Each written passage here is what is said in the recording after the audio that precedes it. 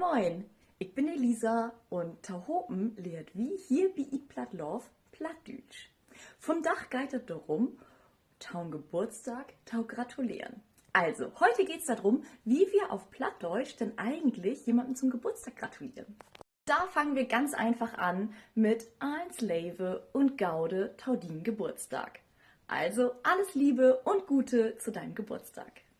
Oder aber, ich wünsche dir von Harten einen wundervollen Geburtstag. Also ich wünsche dir herzlichst einen wundervollen Geburtstag.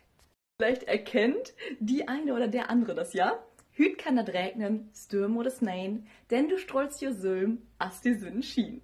Na, kennt ihr das? Schrieb das gerne mal in die Kommentare. Oder aber auch, eins Leve und Gaude Todin Geburtstag, das hatten wir ja schon, genäht din Dach, nipp und nau. Also genieße deinen Tag voll und ganz oder in kompletten Zügen. Und noch dazu vielleicht, ich hope, du hast einen wundervollen Dach. Und ganz zum Schluss, so wie Norddeutsche das machen, kurz und knapp, von Hatten eins Gaude. Also von Herzen alles Gute.